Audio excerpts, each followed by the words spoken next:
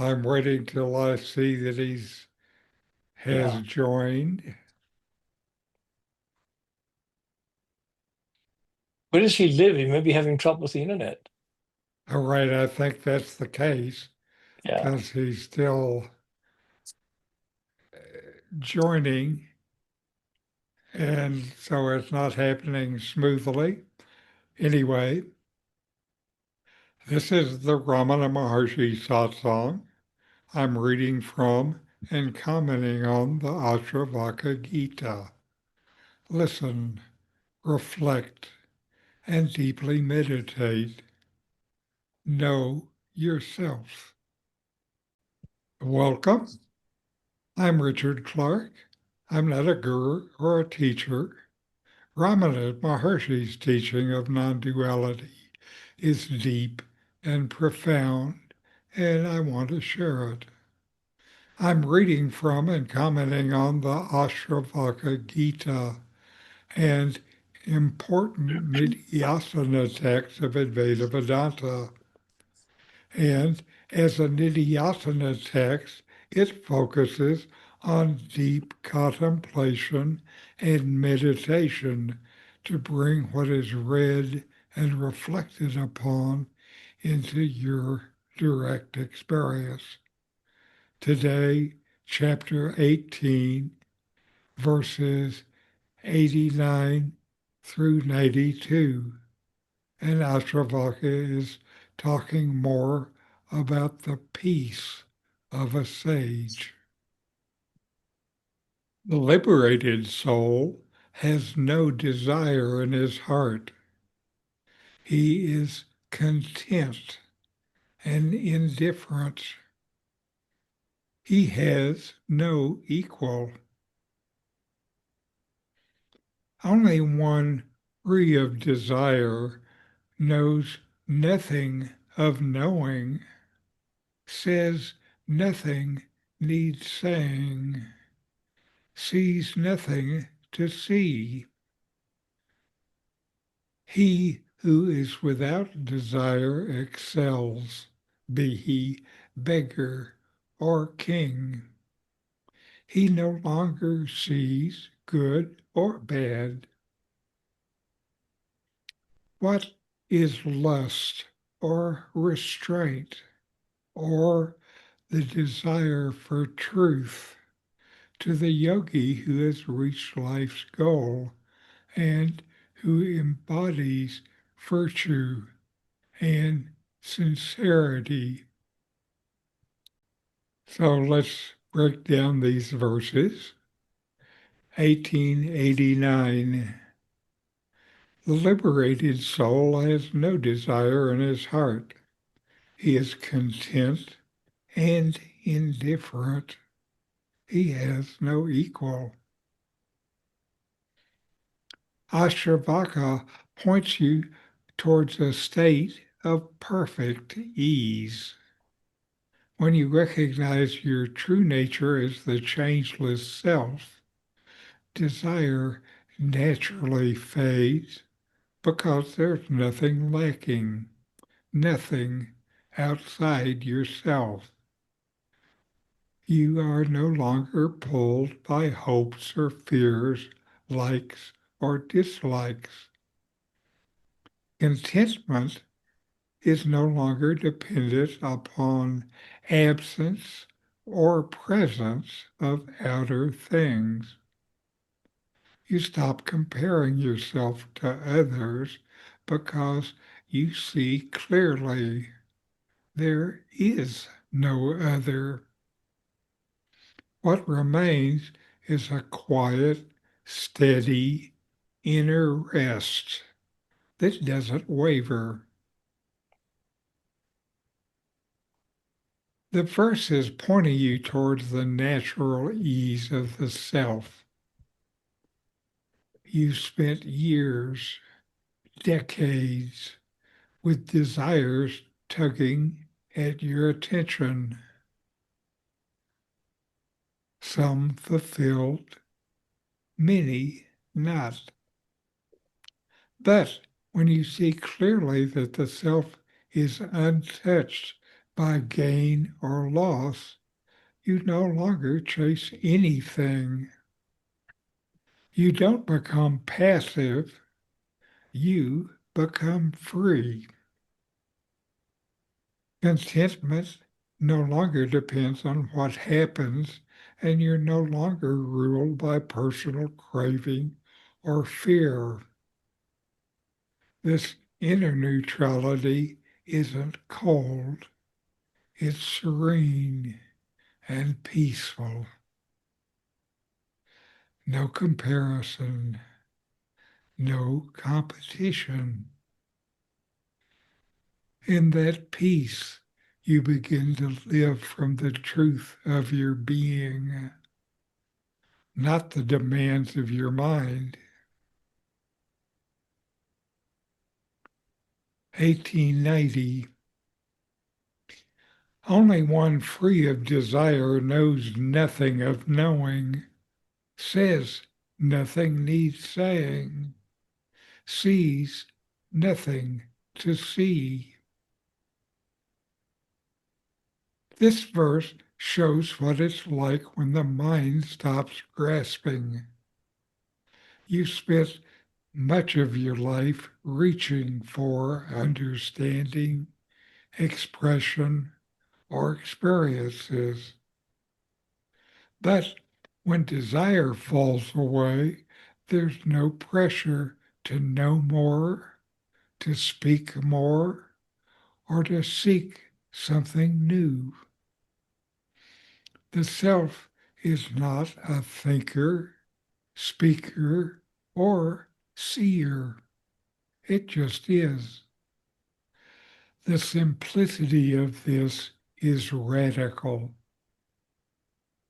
It asks you to stop chasing experiences and understanding and start resting in being. Ashtavakra breaks you from the usual habits of spiritual striving. You may still think, I must understand more. I must express the truth. Or I must have the right experience. But the self doesn't need anything else, not knowledge, words, or perception to be what it is. When you're no longer seeking anything, not even spiritual insight, your attention relaxes into silence. You don't become dull or unaware. Instead, a deeper awareness opens, free from mental effort. This is the quiet, natural state of being awake without seeking. It's the difference between looking at life and resting as life itself. This verse offers you that quiet resting as being. 1891. He who is without desire excels, be he beggar or king. He no longer sees good or bad. Here, Ashtavakra invites you to look past outer roles and see what really matters. Whether you wear rags or a crown, it means nothing if you still carry desire. The desire means that you seek fulfillment somewhere outside yourself. But if you're free of wanting, then you rest in a strength that doesn't depend on wealth, power, or status. You stop measuring life by ideas of good and bad. You meet what comes without clinging or resisting. This is what makes you truly free. You may find yourself trying to balance spiritual life with practical living, whether you have much or little influence or obscurity. This verse cuts through all of that. It says your outer role doesn't matter. What matters is whether you are free inside. And that freedom comes not from acquiring more or from escaping difficulty, but seeing through the very structure of desire. And when you're no longer ruled by desire, your sense of judgment falls away too. Good and bad become just dualistic ideas, not absolute. You begin to live with acceptance, clarity, and simplicity.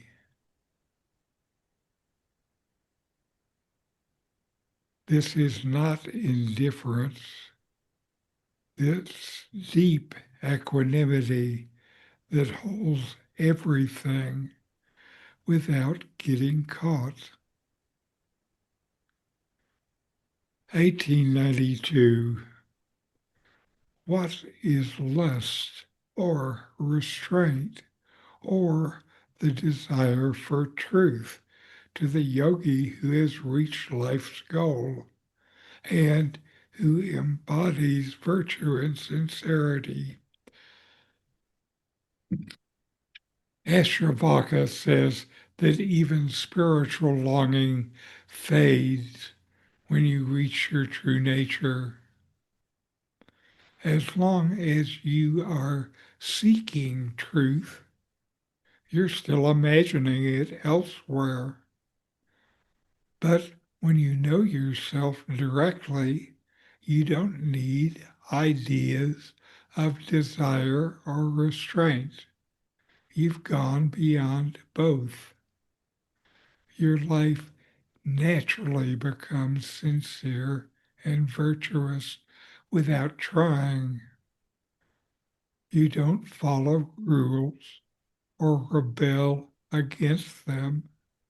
You just are. Life just flows freely as it will. This verse is a mirror for your highest possibility. It says, when you know the self, even spiritual effort becomes unnecessary. You may have long believed you must overcome desire, suppress restlessness, and work towards truth. But once you recognize that you are already the self, what is left to seek?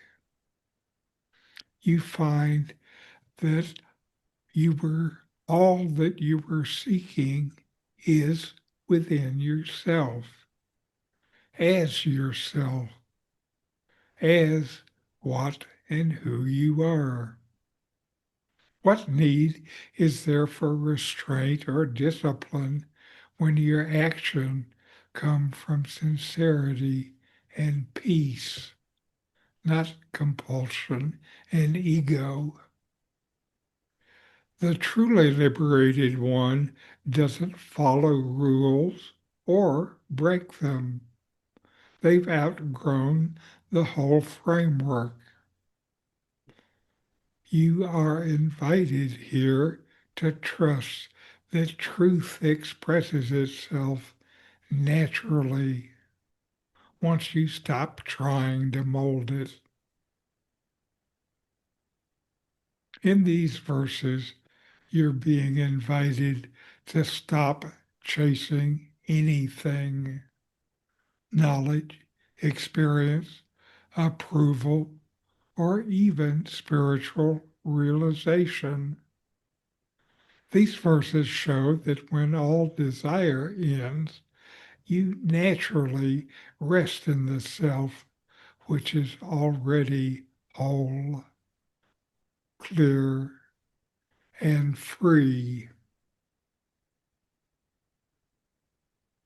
And now we have a satsang discourse by Nome, the self's perfect fullness. Here we go.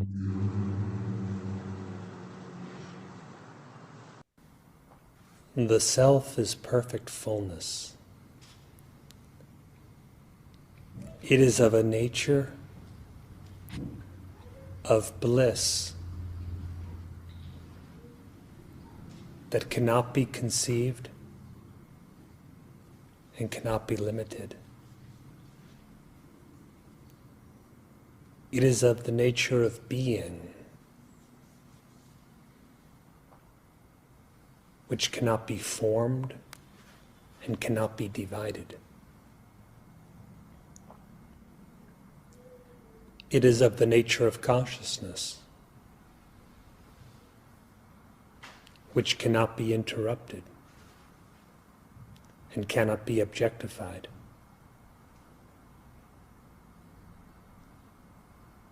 Utterly non-dual is it, and this, the self, is alone existent always.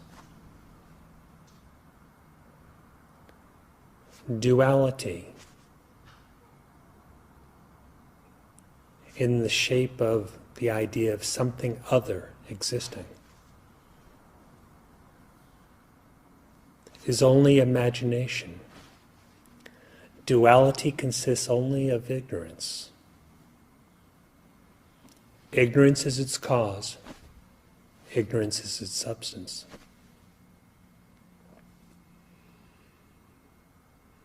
The sense of reality, or knowledge in ignorance, the sense of reality in what is an illusion, is entirely borrowed from yourself.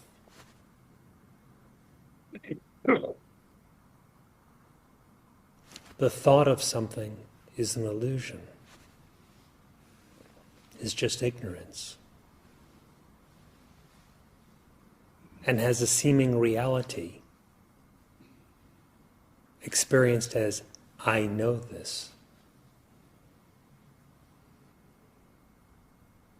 The this part and the limited sense of I is an illusion. The knowing is borrowed from consciousness. So that consciousness plus the objectified notion comes out as the experience, I know this.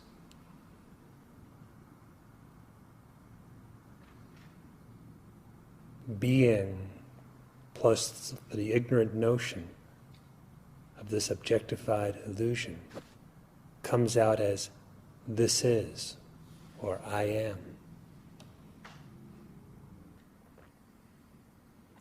But being itself never becomes dual. Consciousness itself never becomes dual. And the perfect fullness or bliss remains unfragmented. It can never be separated from itself.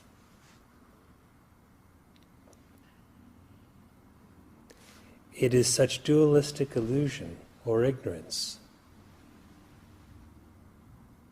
that is manifesting as the misidentification with the body, with the mind, and of course as the individual entity who has a body or mind, or an ego.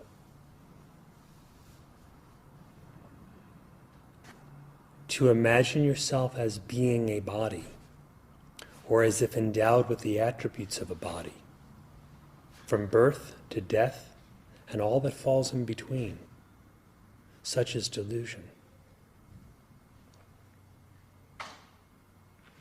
to imagine that what you think, the thoughts constituting the mind, is what you are, or that you're in them somehow, is delusion, dualistic delusion. The idea that you exist as an individual entity or an ego, some kind of separated individual, is the very epitome of dualistic delusion.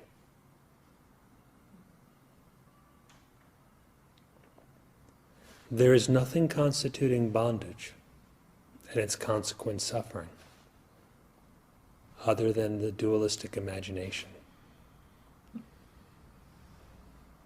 There is no cause for such imagination except such imagination itself. There is no substance to such imagination except the imagination itself. Your real self remains uninvolved, unaffected, changeless in its perfect fullness, eternal and neither born nor perishing.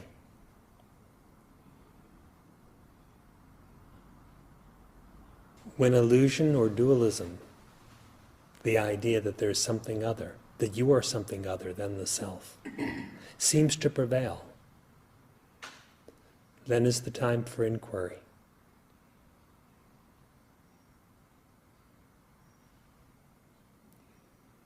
Upon inquiry, illusions vanish.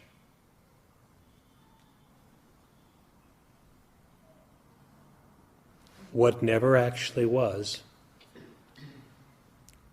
we could say again, ceases to be.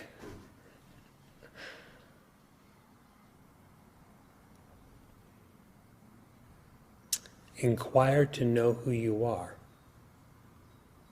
as the Maharshi has instructed.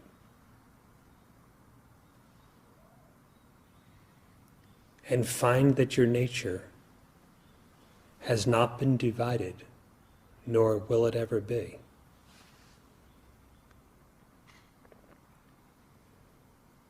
The fact is that you can never become other than what the self is.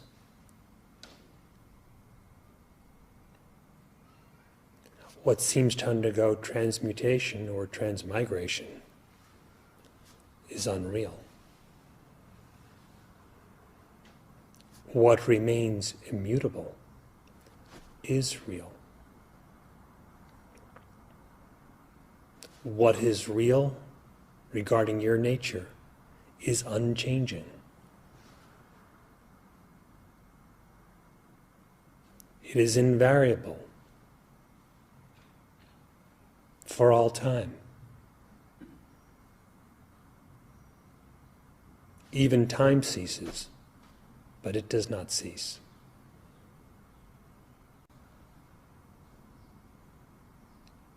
Regard the immutable, the eternal, the unborn and unperishing, the undivided being consciousness bliss, alone as yourself.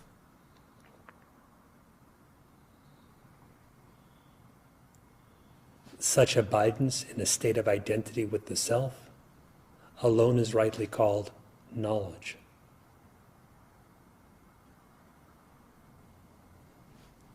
No longer regard whatever is objective as yourself, as what is the body or what pertains to the body as yourself. No longer regard the mind or what is conceived of within the mind as yourself.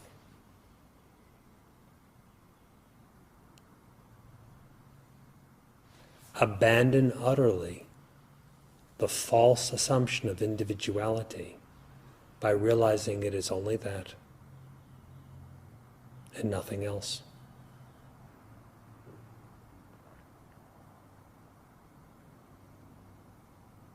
If you practice and realize according to this approach, the innate perfect fullness is found to be ever existent, without anything else whatsoever.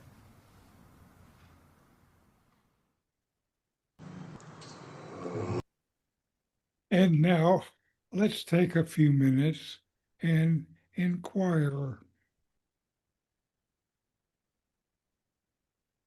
what in me remains content no matter what is happening?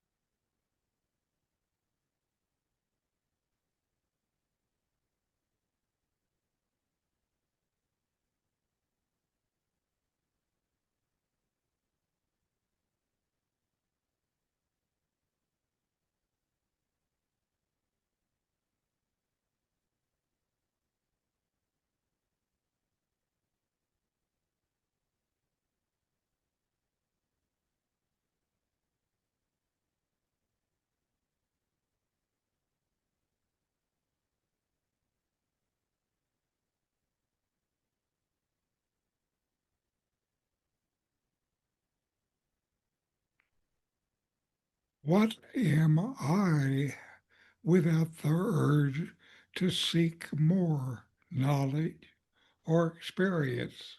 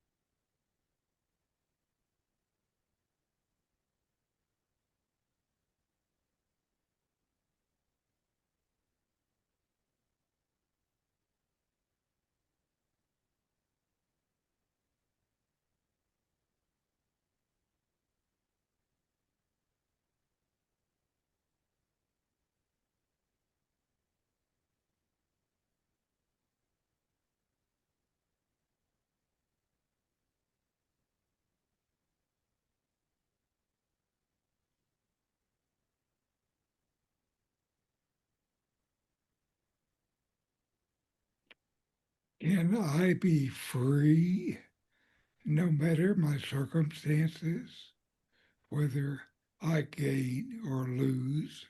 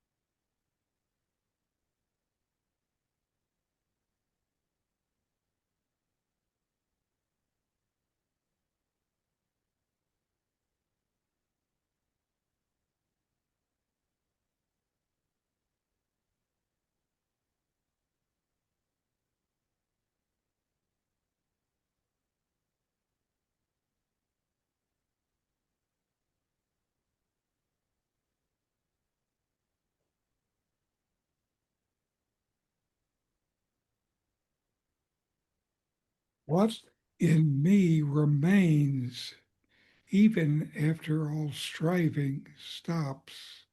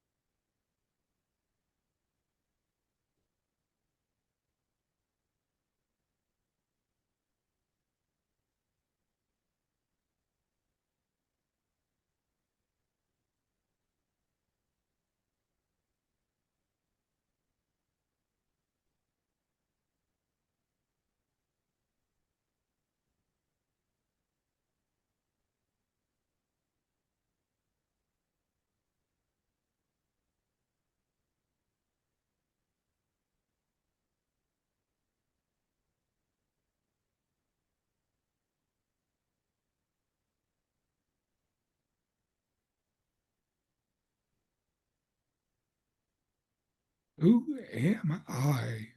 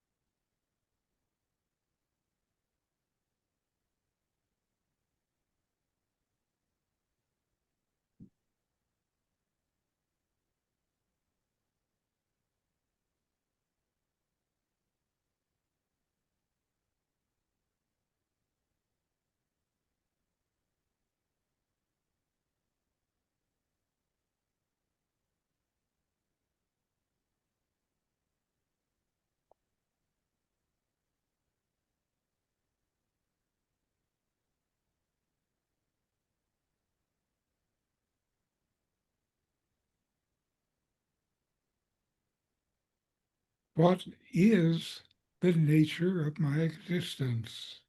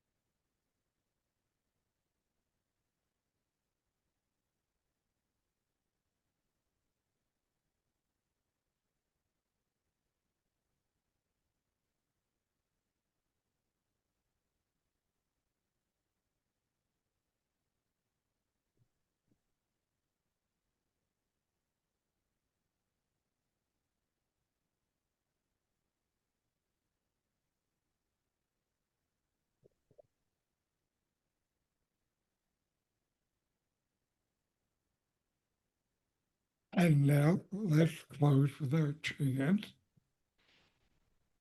Om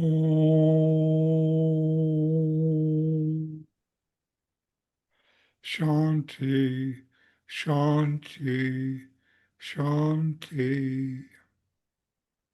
Om. Peace, peace, peace. Thank you, Richard.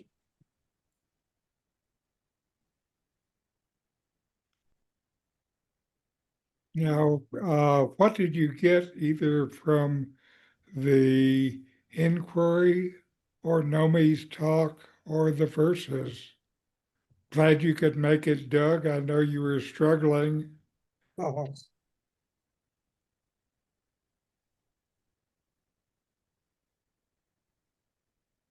the questions are always penetrating, Richard. They push you back, or they push me back, back, back, back, back, down, down, down. Yeah. One of the things that came to me during the meditation, that it's oftentimes ambition. You know, the talk was talking about ambition. The Ashtavakra Gita was talking about ambitions, and questioning ambitions. And once one starts going down that path, I want to remind us all too that that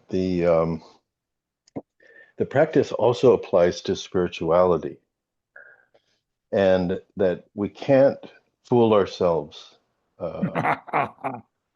into thinking that because the same ambitions lie in that direction as well. The ego doesn't just stop working. Right. So I think it's very important to recognize that the ambitions that we sublimate in our practice can often resurface in other ways, and so to just just be wary that the process of sublimation doesn't have to do with necessarily renouncing things in the world Right. and things Right. like that. Yeah. So that's my comment. Thank you. Yes, Doug, it looks like you're. Well, last week, which is off the subject then, but there was a huge light bulb went off for me when somebody said the mind, no, I'm sorry, the self is not within the body. And I had never considered it that way, which of course it's not. Mhm. But I had, the advice, look within. I guess I took that too literally. Mhm. So I was looking within the body for myself. And you couldn't find it. No,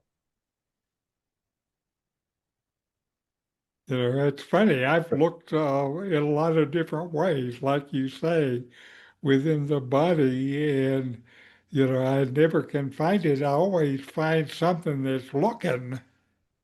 That actually, the yes, Ramana talks about that as in the lesson, and he relates it to the tamarind, the ripe tamarind fruit, Mhm. and that the outer shell is the body, but that the fruit is, when it's ripe, it's independent of the outer shell, and Mhm. you can actually rattle it. And Mhm. anyways, so the analogy, because we identify with the body, it's natural to think within the body, but that which is it within is not. It is independent, and But it's always there. it's not dependent upon it. Right. It's Well, always yeah, there. Even the yeah. body and your idea of the body changes over time and in a day as you move between waking and sleep and dreaming. But you're always there. yeah. One of the things that I used to say is that consciousness is always full, even if it's full of nothing.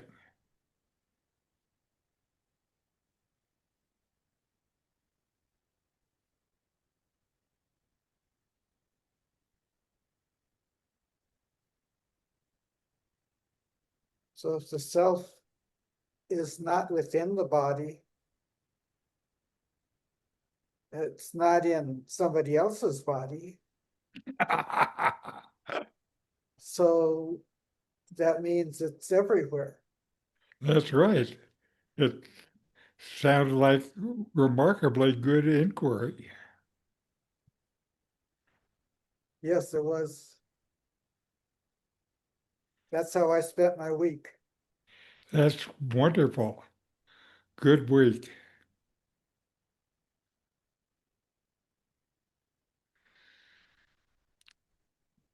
Anyway, I thank you all again for gathering together today and continue to go together on this journey where we're going nowhere.